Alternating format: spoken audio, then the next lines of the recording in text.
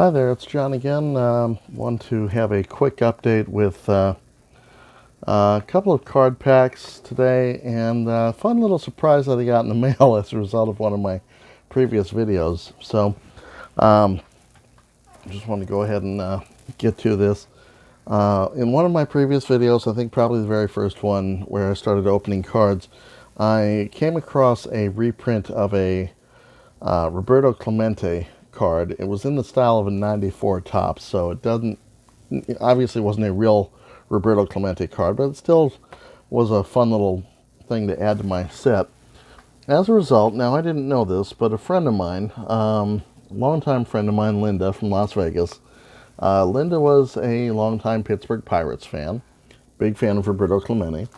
Well, she watched the video, she enjoyed it, and sent me some interesting things through the mail. So, Linda, I thank you very much for what you sent, and I wanted to share it with everybody here. What Linda sent me was a package of, and here it is. Thank you very much for the envelope. Linda sent me a number of materials that she had collected over the years when she had written a college paper.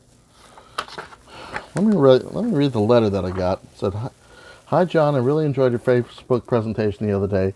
It served as a reminder that I had some things I wanted to send to you. When I was in graduate school at Duquesne University in Pittsburgh, I was required to write a paper on a minority. Needless to say, so many topics had already been discussed, and I wanted to do something different. I thought about it for a while and came up with baseball.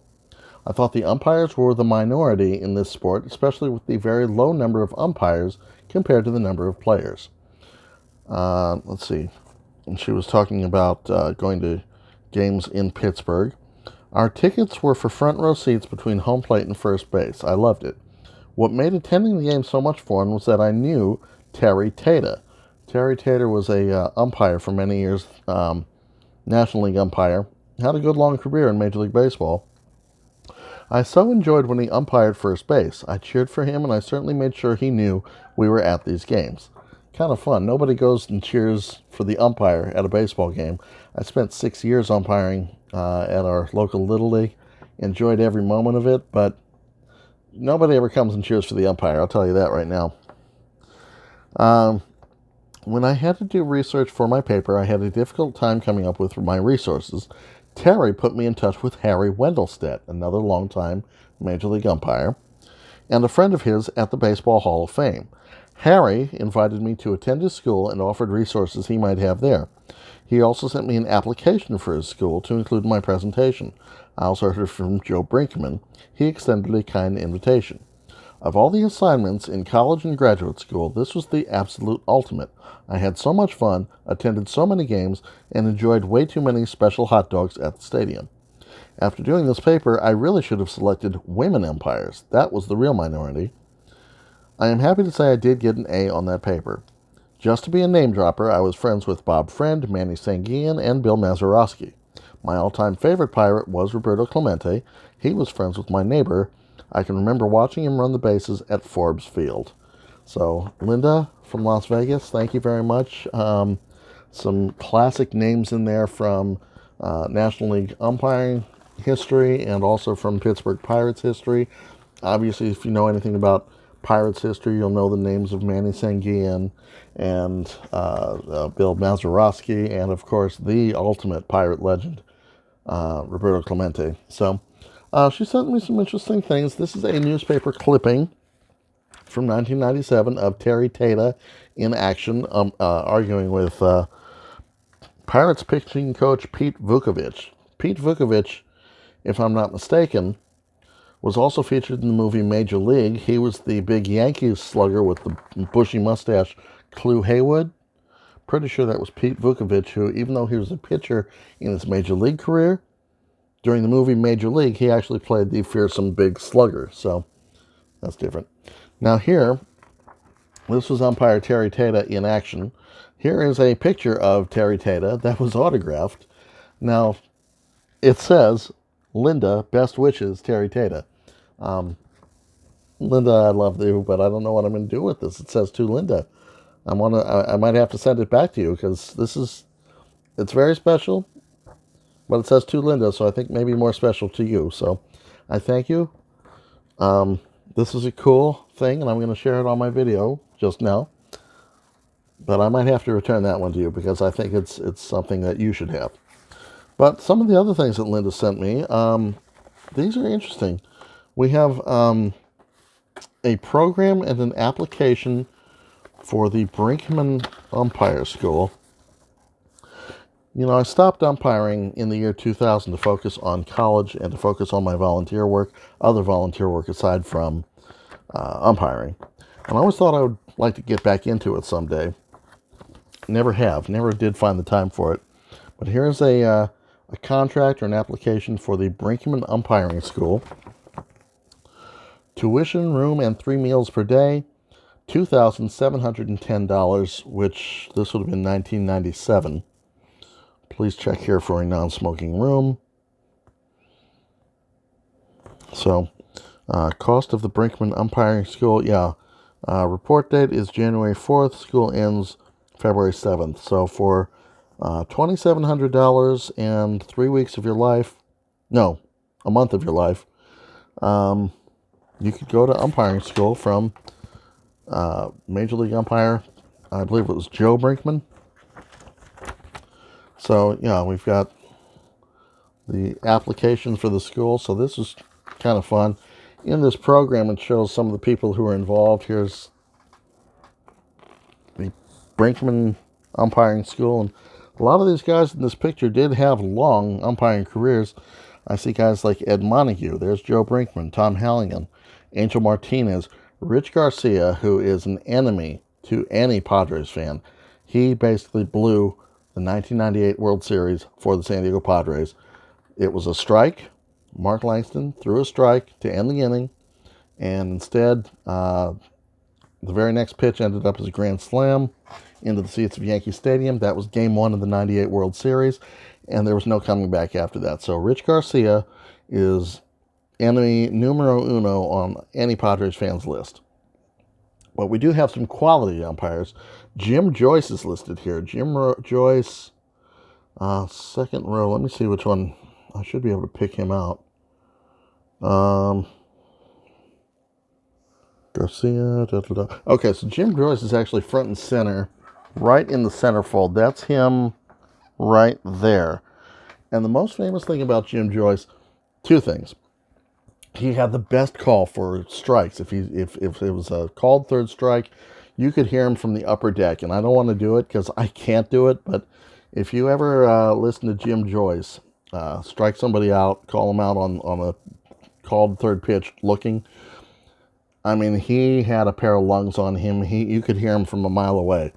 But Jim Joyce is most famous for the 2010, 2011 maybe, near perfect game thrown by Armando Galarraga of the Detroit Tigers. It came down to the last pitch, 26 up, 26 down, and of course Galarraga had to get only one more player. It was a little ground ball, and Jim Joyce famously blew the call and felt so bad about it afterward. He and Armando Galarraga, they ended up writing a book together. I think they should make a Hollywood movie out of it because it was such a compelling story. The way that Galarraga responded, the way that Jim Joyce responded, the fact that the two of them formed a friendship over such an incredible tragedy over the field. I'm pretty sure it was 2010. Go get the YouTube clip of Armando Galarraga throwing a near-perfect game for the Detroit Tigers. You'll never see anything quite so heartbreaking in baseball, and the way that both men responded to that situation with maturity and mutual respect for one another, it was really an incredible story. So anyways, we have, this is kind of a cool thing, and it goes through and tells you, what to expect during the umpire school. This guy up here, Steve Palermo. This was a sad story because Steve Palermo was actually shot in the back. I think it was a botched robbery attempt, if I remember correctly. But he was left paralyzed from the waist down, and of course never umpired a game again after that. But he again turned into a very motivational figure and when he was allowed onto a field to throw out a first pitch, it was very amazing, very incredible. So anyway, so those are some of the umpires and some of the names that I recognize. There's many more. I don't want to go through all of them, but there's, the umpire is, I don't want to say the unsung hero, because they don't really do anything all that heroic on the baseball field. Normally, if you see an umpire, or if you notice an umpire, it's for all the wrong reasons. But, you got to respect the guys. And here in San Diego, we had a guy by the name of Doug Harvey who was a National League umpire for 30 years. They called him God because that's how much respect he had from the rest of the league. Now, this is the other one that Linda sent me. This is the Harry Wendelstedt School for Umpires. And Harry Wendelstedt, again, well-recognized name if you're a baseball fan. Probably spent 20, 30 years as a Major League umpire. And then his son, Hunter Wendelstedt, also made it as a Major League umpire. So I think Hunter Wendelstedt is still in the league today, even if Harry has gone on to his retirement. Yeah, here we go. This is another application for the Harry Wendelstedt School of Umpires. Tells you, okay, here's the whole breakdown on how much it could cost. Again, this would have been 1997, so I imagine any cost would have gone up quite a bit since then. Umpire School will convene January 2nd, 1998, and conclude February 7th, 1998. Meals are not included in tuition cost. Total cost of umpire course is $2,100. Students should mail a $150 deposit when making an application for the school. Must then get a cashier's check payable to the Harry Wendelstedt School for Umpires for the remaining $1,950. And again, this, I believe, was in Florida. Yeah, both of these schools were in Florida. Interesting stuff here. And again, here's a lot of quality instructors at this school. Harry Wendelstedt, 36 years as a National League umpire. Charlie Relaford, 18 years at the time. These guys are not all retired at the time, so some of these guys are going to have quite a lot more experience in this. Randy Marsh, 25 years. Dana DeMuth, 21 years. Here's a couple of guys. Hunter Wendelstedt, as I mentioned, that's Harry Wendelstedt's son. Hunter Wendelstedt, this is before he made it into the big leagues. They have him listed as a Triple-A umpire for the International League. Ron Kulpa of the Texas League, Double-A. He made it. He had a long, probably still is in the league. I would guess he's probably still a Major League umpire without looking it up. So yeah, this is kind of a fun thing. And here's a picture of Harry Wendelstedt and Tommy Lasorda. It says, friends off the field, Tom Lasorda and Harry Wendelstedt often battled on the field. Well, that's probably true of most umpires and managers. I spent, like I said, 6 years as a Little League Baseball umpire. I thought I was pretty good at it. In 6 years, I never once threw anybody out of a game until the very last game. And what bothers me about that is that I knew going in it was going to be my last game because, like I said, I was going to focus more on school, focus more on my volunteer work outside of school. So I knew going in that was going to be my last game. I threw one manager out of one game, and to this day, there are people who think that's why I quit. That's not true at all. So I have a thicker skin than that, I can assure you that. So no, throwing one manager out of one game is not going to kick me out of the league. It's going to take a lot more than that. But unfortunately, I never did find the time to get back into it. Maybe someday. We'll see. So I wanted to, I've mentioned that I bought a few of these 100 card packs from Walgreens. I'm not going to open this one just yet because when I open one of these, all of a sudden I have a half-hour video or more. I'm trying to keep these shorter. But I will open, you remember these two opening day packs came out of these boxes. So I'll go ahead and open these two. And then I've got an 88 Topps wax pack, an original wax pack with the gum still inside. I am not going to chew the gum, but I will open the pack and see what's in there. The 88 Topps is this set, by the way. It's got the little, the stripey down here with the player's name. It's got the big team name on the top. It's not a very flashy set, very basic. And then again, the orange backing, which is the way I like it. I like just plain back, no photos, no full color stuff. Just give me the stats, give me the numbers, no war. Tell me how many home runs, how many RBIs, tell them how many strikeouts the pitcher got, how many wins, how many losses, how many saves. I'll tell you who I want on my team. I don't need the fancy modern day sabermetrics. But let's go ahead and open these. These are the Topps 2019 Opening Day series. Again, only 7 cards per pack. It says packs with a special insert may contain even less than that. Could be as few as 2 cards in a pack. 2 cards! And they probably sell these for $4 or $5 each. So, I don't know. It's got to be pretty special. We'll see if there's anything worthwhile in here. I'll go ahead and open up these both, and then we'll get to the 88 series as well. Alright, so in this set, well, okay. Armando will like this one. Any Dodger fan. Here is Matt Kemp with the Dodgers, opening day. This is, I guess, his second stint with the Dodgers, because, of course, he came to San Diego in 2015, left for the Braves, and said he wanted to go to a real baseball city, which ticked off everybody in San Diego. So he made himself unwelcome here very quickly. But in his defense, I will say, Matt Kemp played decently here, considering that a lot of these guys we got in 2015 did not play very well. He had some decent years with us and had the first cycle in team history up at Coors Field. Padres had gone almost 50 years without ever hitting for the cycle. Matt Kemp took care of that, and then since then, Will Myers has added one. So we have now in 50 seasons, 2 players have hit for the cycle. So now we just need somebody to throw a no-hitter and somebody to hoist the World Series trophy, and then you can check off those boxes. So yeah, this is Matt Kemp returning back to the Dodgers in 2018 after stints in San Diego and Atlanta.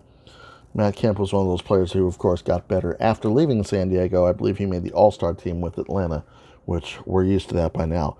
Oh, now here's a guy, Christian Yelich. Oh, MVP. Christian Yelich, I admire very much. He is now with Milwaukee. He was part of the fire sale in Miami when the Marlins decided that they were going to tear down. Derek Jeter came to town as part of the new ownership group, and the Marlins decided they were going to sell off every valuable piece of that ball club. They got rid of Dee Gordon. They got rid of Marcell Ozuna. They got rid of Giancarlo Stanton. And then this guy is the guy that I wanted. I posted everywhere online. I said, the Padres need to sell the farm, do whatever it takes to pick up this guy out of Florida, because he was obtainable at the time. Christian Yelich could have been picked up by anybody out of Miami for the right price. And I think the Padres should have, mortgaged the future, do whatever it takes, get him out of Miami, get him into a Padres uniform. This was his first season with Milwaukee in which he won an MVP.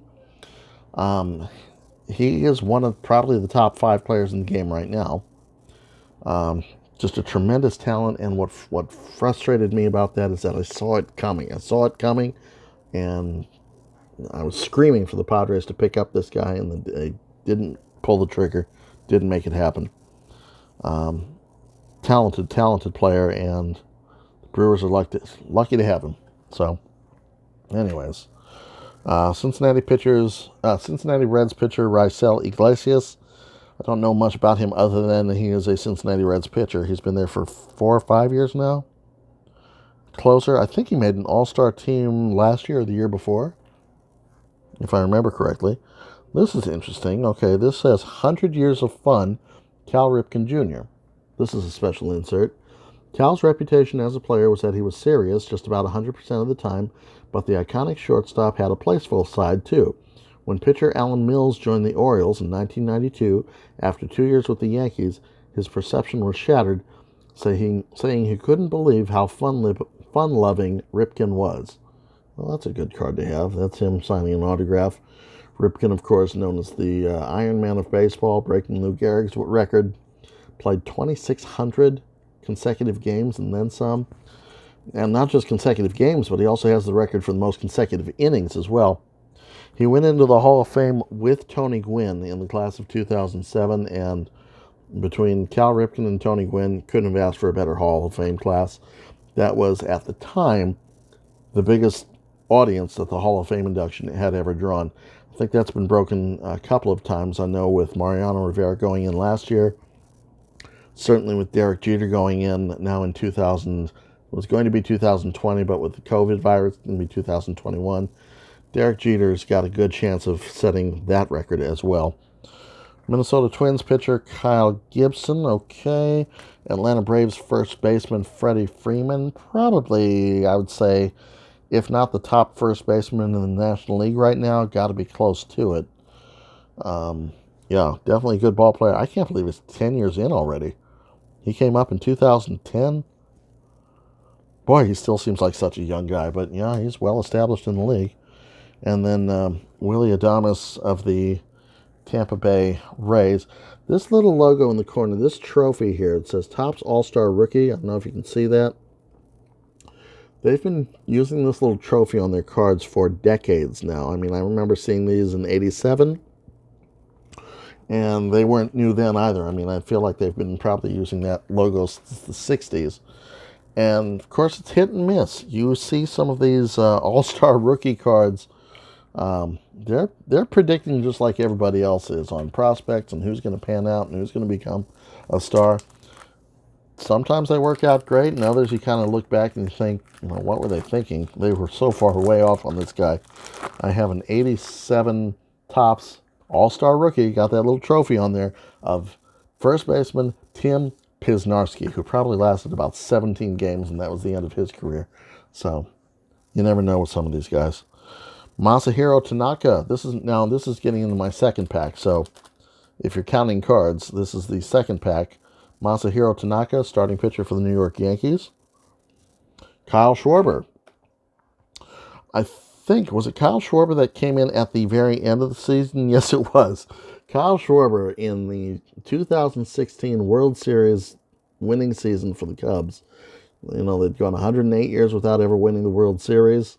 Kyle Schwarber was injured for the entire year, came back for 2 games at the very end of the year.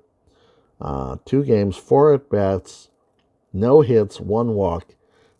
Such a non-factor, but they put him on the postseason roster, and he saw action in the postseason. So even though he was barely there for 162 games, he played 2 during the regular season.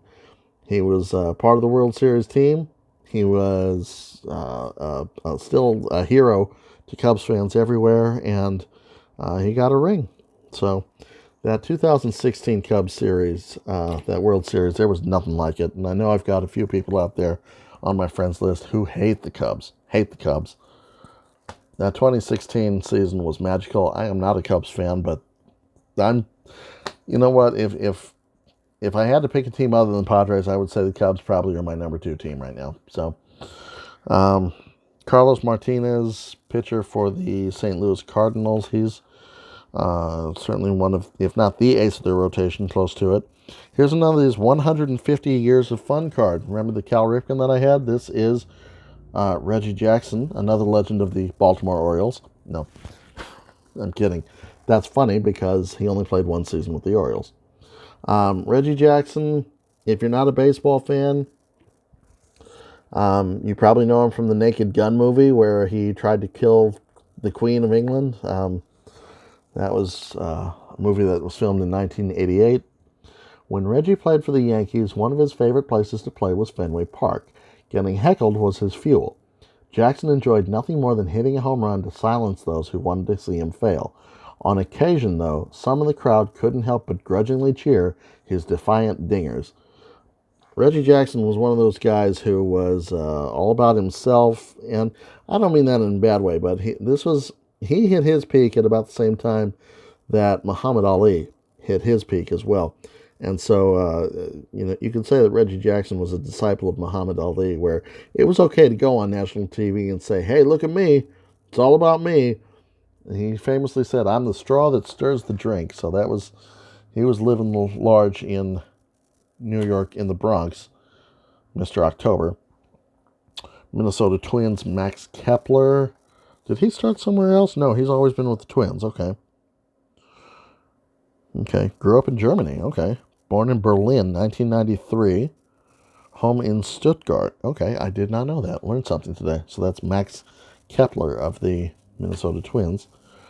Sandy Alcantara of the Miami Marlins. Marlins has been down and out for the last few seasons. They've had obviously bad ownership. I mentioned the fire sale. They've had some really rotten luck too. One of their best pitchers killed himself in a boating accident. That was Fernandez. Tragic situation there. I feel like eventually the Marlins can dig themselves out of it. They have tried to sign some better players. They signed, going into this season, signed some decent talent at the major league level. So still probably going to end up in last place this year, but I'll say it won't be as bad. The Marlins are finally on their way back up again. And then here is Mark Trumbo. I still remember this guy with the Angels. He's bounced around with it a bit, played with the Diamondbacks, played mostly recently with the Orioles. Says he was with the Mariners. I don't even remember that. But he's one of these guys who strikes out too much, hits a lot of home runs. He hit 47 for the Orioles in 2016. Just, it's all or nothing with him, though. I mean, looking at the batting average, pretty low, 250 for his career. So, not impressive. He's one of these guys that's made to play in the American League, basically. He's hitting all or nothing as far as home runs. So, okay, those were the 2 packs of the opening day series. Good players, I will say that. There's some good, solid players in this set, and no stinkers in the whole set. I mean, the worst player in this set, still a pretty decent ball player. I won't say who that might be, but so I guess if you're going to sell packs of cards 7 at a time, that's a good way to do it. Focus on only the best players. Maybe that's what they're going for. Now, we'll compare and contrast that. Last thing I want to do is open the 88 Topps. I am going to not open the bubble gum, or eat the bubble gum, but here we go. We're going to go ahead and... yeah. Oh, it's all cracked. Oh, look at that. The gum did not survive for 30 years. It's in pieces. It's shattered. Let's go ahead and get a shot of that. Yeah. It did not make the 30-year journey. So, RIP Topps baseball gum. I believe Topps started originally as a gum company, and they only started making baseball cards to sell more gum. And it got to be the other way around. Of course, maybe you know Nintendo started as a playing card company back in the 19th century, and eventually, somewhere along the way, started making video games. So, anyways. So, this is a classic pack 88. This is exactly how it would have appeared in 88. And they always start, for some reason, with the backs on both sides of the deck, so you don't see what you're getting right away. The Barry Larkin card, here's a good one right off the bat. This was the one that was on the side with the gum. No visible wear and tear. I mean, so even though it was sitting next to a piece of gum for the last 32 years, I'm not exaggerating, 32 years next to a piece of gum, the card itself appears to be in very good condition. This is a Hall of Famer, Barry Larkin. This was his second year in the league, first full year in the league. I don't want to say it's his rookie card because I think he had one maybe the year before. But definitely an early Barry Larkin and a good way to start that set. Here is Padres pitcher Andy Hawkins. Andy Hawkins from Waco, Texas. I always liked Andy Hawkins. Growing up in the 80s, he was a reliable pitcher. He was there for the 84 team. Came up in 82. Had a good long career with San Diego. And eventually, we sent him back into the Yankees in the trade. I'm not sure if it was a trade or if he signed there voluntarily. But he went to the Yankees, and what he is most famous for is that he actually managed to lose a no-hitter while pitching for the Yankees. And that's hard to do. Some years later, the commissioner's office decided that they were going to make a new rule.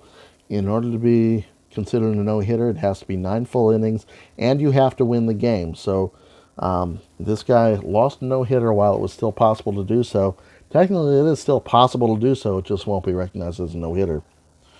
Let's go through Cardinals pitcher Joe McGrain, big in the 80s. Oh God, this is the worst possible thing that could happen.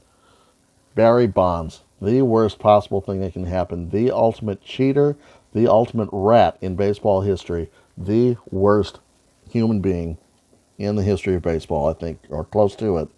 You might say Ty Cobb, you might say Cap Anson, but this guy knowingly cheated the game, did steroids. I don't want to hear that there's no proof. There's plenty of proof. Read the book Game of Shadows. This guy absolutely 100% knowingly cheated the game, cheated Henry Aaron out of the most hallowed record of the game. And I hope that he never, ever, ever makes the Hall of Fame. He should be punished for what he did. If he had even a shred of decency, he would have retired with 754 home runs and let the record stay intact. No, instead he kept on going for another 8 home runs beyond that.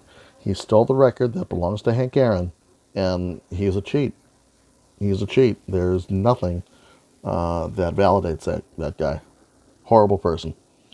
Ray, sorry, Bob. Cubs shortstop Luis Quinones. I feel like his brother, maybe Ray Quinones. Maybe they weren't related. I don't know. But there was a Ray Quinones.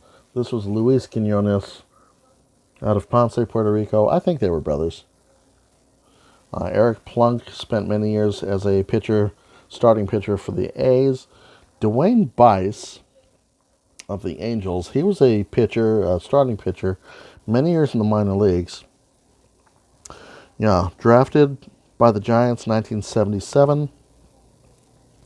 Spent many, many, many years in the minors, even in Mexico for a while, before he finally came up in 87 with the Angels. After almost 10 years in the minors, he finally got his call up. So this is technically his rookie card, and he is a broadcaster somewhere. I want to say either with the Angels or with the Giants. I think it's with the Angels. You know what's really weird about living in San Diego? We're 100 miles from Anaheim. You cannot, for any reason, get an Angels broadcast down here. I mean, I know the Padres have territorial rights down here, but come on. I mean, the Angels are 100 miles away. It wouldn't hurt to have an Angels broadcast down here once in a while, you know? So, anyways. Phillies pitcher Kevin Gross. Mets pitcher Bob Ojeda, part of the 86 World Series champion team.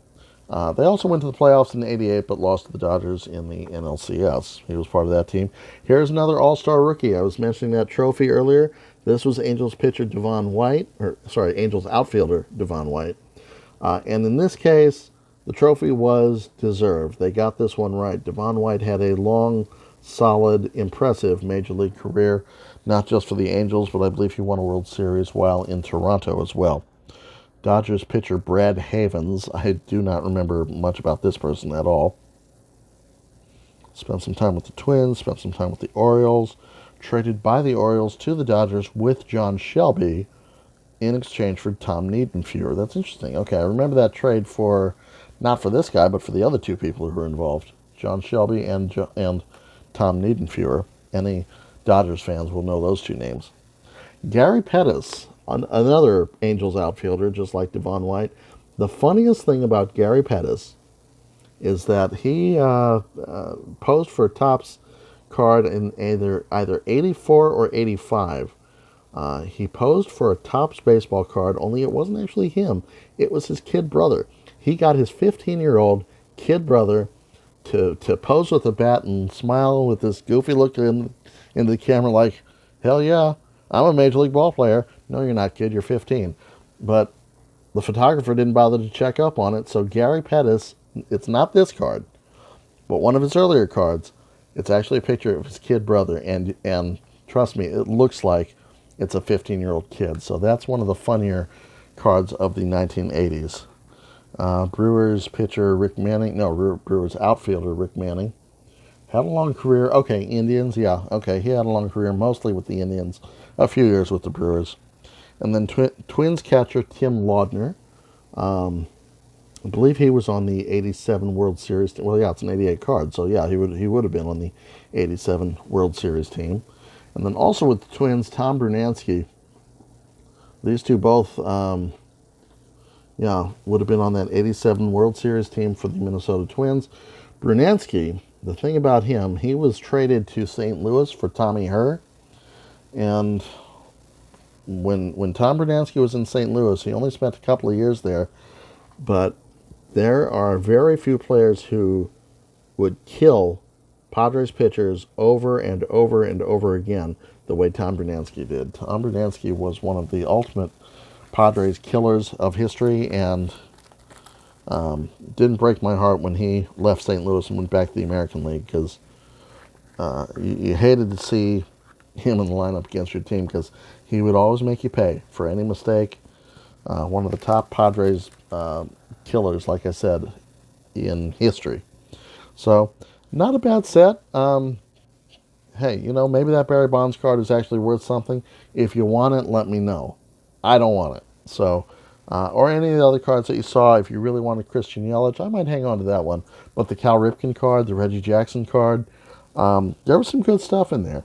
If you're an Angels fan, Gary Pettis, Devon White. If you're a Twins fan, you got Tim Laudner and Tom Brunansky. So there's some good stuff in here.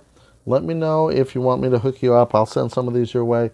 Thank you, Linda, for your mail, for the umpiring stuff, the catalogs there. That was kind of cool. I appreciate you sending those my way, and thank you so much. We're going to do at least one more of these because I've still got another whole box to open. So thank you very much. Again, 36 minutes. I have not hit a half hour yet on this. Thought I could do it this time. Maybe next time. Thank you.